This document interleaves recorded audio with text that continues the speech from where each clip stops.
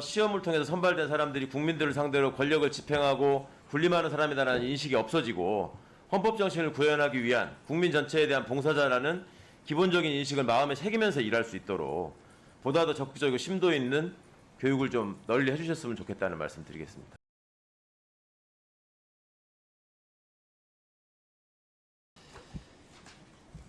예, 30년이 넘는 세월 동안 국민의 기본권 보호와 또 헌법 가치의 신장을 위해서 노고를 다하고 계시는 헌법재판소 구성원 여러분들께 먼저 감사의 말씀을 드립니다. 그리고 헌법재판연구원이 벌써 10년 됐다는 소식을 이제 처음 들었는데 반갑고요. 하여튼 연구원도 더 큰 발전 있으시기를 바라는 마음입니다. 먼저 좀 사무처장님께 여쭤보고 싶은데요. 지금 헌법재판관 구성이 말입니다. 이게 뭐 헌법재판소의 권한으로 이루어지는 게 아니라 임명권자와 뭐 여러 가지 그 상황을 고려해서 되고 있지만 지금 화면을 보시면 그 역대 헌법재판관의 구성이 이게 뭐 우리 사법부에도 공통적으로 나타난 현상이긴 한데 편중돼 있다는 지적을 계속 받고 있지 않습니까? 그게 2017년에 자료를 보니까 국회 개원특위가 열렸을 때 당시의 사무처장님께서 이게 지금 재판관의 자격을 꼭 법관의 자격과 연계시키는 거는 좀 다시 한번 생각해 봐야 될 것 같다 이런 의견을 내셨어요. 현재의 입장은 여전히 동일하신 건가요? 네, 그때 입장 그대로 유지하고 있습니다.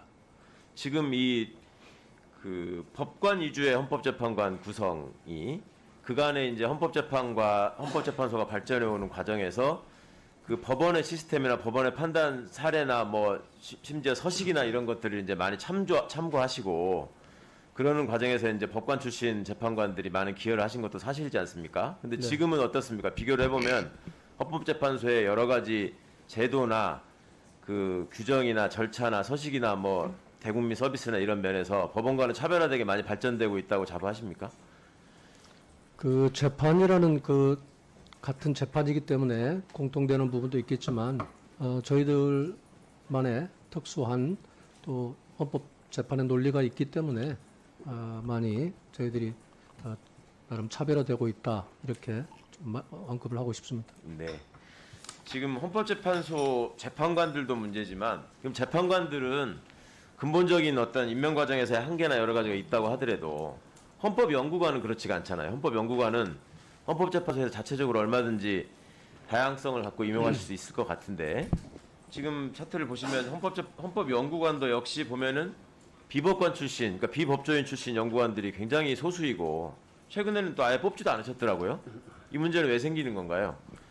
그 뽑지를 않았다는 게 아니고요. 저희들이 이제 그 헌법재판소 법에 연구원의 자격 요건이 있지 않습니까? 때문에, 예. 예, 5가지. 그 다 공모를 하는데 그래서 이제 그 법률학 박사 소지자들도 그 임용 신청을 합니다. 네. 그런데 이제 그 임용 단계에서 저희들이 그 선발이 안 되는 것이지 저희들이 안 뽑는다. 이렇게 아니 그러니까 임용 단계 선발 안 하시는 게 안 뽑으신 거잖아요. 그러니까 물론 그렇습니다만 비교해서 예, 어떤 예. 점들이 좀 차이가 있어서 그러시는 건지. 저희들이 지금 현재 그 두 분의 저기 그 비법조인이 헌법연구원으로 계십니다. 네. 향후 지금 그 부분도 지적하신 그 부분도 저희들 입장에서는 헌법연구관이 아닌 또 헌법연구원 박사들 그 다음에 또 헌법재판연구원의 또 책임연구원들은 상당 부분이 그 법률학 박사 저기 출신이거든요. 그러니까 그런 분들의 또 이렇게 지원도 받고 있기 때문에 지금 말씀하시는 헌법재판소의 헌법연구원의 다양화 이 부분이 지금 말씀하신 비법조인을 좀 더 많이 확충하라 이런 취지로 제가 질을 이해하겠습니다. 소장님 잘 아시겠지만 헌법적 가치라고 하는 것이 법관들을 위주로 할 때 조금 더 선명하게 구현된다라고 하는 명제는 그거는 뭐 이렇게 불변의 진리가 될 수는 없는 얘기 같고요. 오히려 지금 일선 법원에서 진행되고 있는 재판을 보면 헌법 정신을 부차적인 것으로 생각하고 법률 해석 위주에 머물러 있는 듯한 판결들이 많아서 그런 것들이 국민들의 사법 불신을 초래하고 있는 일종의 원인이 되고 있습니다. 그리고 처장님께서도 과거에 법관 생활을 해보셨지만 실무하는 법관들이 헌법을 기준에 놓고 생각하거나 고려하거나 모든 재판 진행이나 해석 과정에서 임할 수 있는 사실은 그런 교육을 받아본 적도 없고 그런 문화가 있는 것 같지도 않거든요. 그러니까 이런 점들을 해결하려면 헌법재판소가 조금 더 다양화된 분들을 모셔가지고 새로운 모습을, 그러니까 아까도 제가 절차나 여러 가지 면에서 좀 차별화되고 있습니까라고 여쭤보는 것이, 헌법재판소의 그 빛나는 역사에 비춰 봤을 때 지금쯤은 이제 독자적인 뭔가 구성에 있어서나 견해에 있어서나 차별성을 가지고 모든 면에서 나가셔야 될 때가 된 것 같다. 그런 점에서 좀 당부의 말씀을 드린 겁니다. 좀 적극적으로 고려해 주셨으면 좋겠습니다. 네.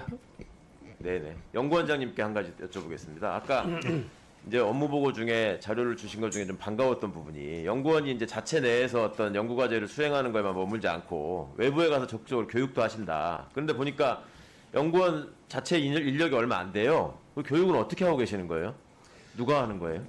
예, 지금 현재 우리 교수부가 따로 팀이 있고요. 네. 그 교수부에 속해 있는 헌법연구관, 그 다음에 교수, 이렇게 해서 외부에서 강의 요청이 있으면은 그 강의 요청에 응하도록 그렇게 지금 하고 있는데, 요청이 있으면. 네. 예, 요청이 있으면 하도록 하고 있는데, 기본적으로 우리 헌법재판소 법 제19조 4에 19조의 4에 인원이 법률상으로 40인 이내로 제약이 되어 있습니다. 네네. 거기에 그러니까 따라서 그런 인력 여건을 극복하시기 위해서 뭐 외부에서 강사분들을 좀 모신다거나 뭐 그런 적극적인 지원이 좀 있어야 되지 않을까요? 그건 사무처하고도 좀 같이 노력을 하셔야 될 것 같은데. 예, 뭐 그런 부분들을 저희들을 이제 물론 그렇게 하기 위해서 필요한 것은 이제 예를 들어서 물적 지원이라든지 이런 부분들이 마땅히 이제 뒷받침이 돼야 되는 부분들이고, 현 단계에서는 현재 그나마 교수부에 속해 있는 교수들이 나름대로 열심히 좀 하고 있는 상황이어서 일단은 그런 문제들을 조금 이제 해소를 하고 있고, 특히 요즘은 코로나19 때문에 그런 문제들이 적극적으로 문제 해결을 위한 시도로 이렇게 이어지고 있는 상황은 아닙니다. 예. 예. 그러니까 원장님, 이게 지금 그 헌법재판소가 온라인으로 여러 가지 이제 변론 동영상도 그대로 내보내시고, 예를 들면 카드뉴스 같은 것도 잘 하시고 이런 것들이 있는데, 우리 연구원도 헌법 정신이 좀 제대로 국민들한테 알려지고 구현될 수 있도록 1분만 더 부탁드리겠습니다. 네. 예.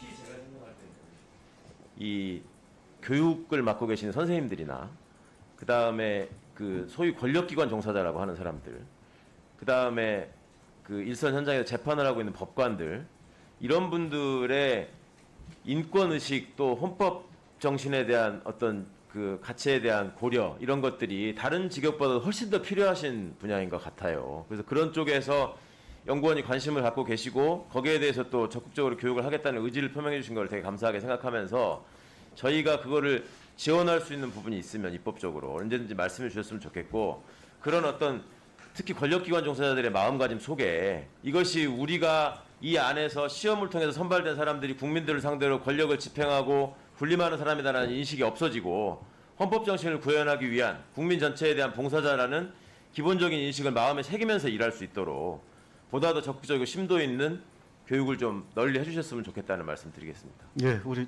의원님께서 제시하신 지적해 주신 부분, 저희 연구원의 발전 방향에 대한 격려로 받아들이면서 말씀드린 부분에 또 덧붙여서 말씀드리고 싶은 딱 하나만 더 말씀을 드리면, 실제 저희 이 헌법재판연구원이 현재 갖고 있는 이 역량으로 따지면 국내적인 것뿐만 아니라 국제적으로도 그런 예를 들어서 국제적인 입헌주의 문제, 이런 것들을 민주주의와 법치주의를 구현하는 그런 정도로까지 우리 재판연구원의 역량이 있음에도 불구하고, 사실상 이 법률이라고 하는 것 때문에 지금 굉장히 좀 묶여 있는 그런 양상을 지금 드러내고 있습니다.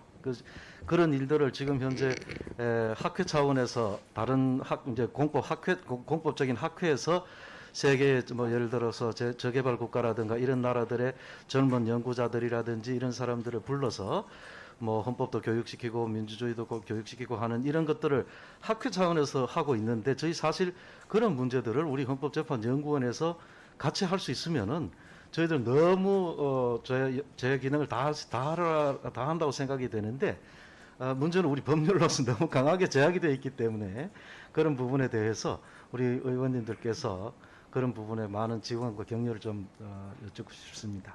예.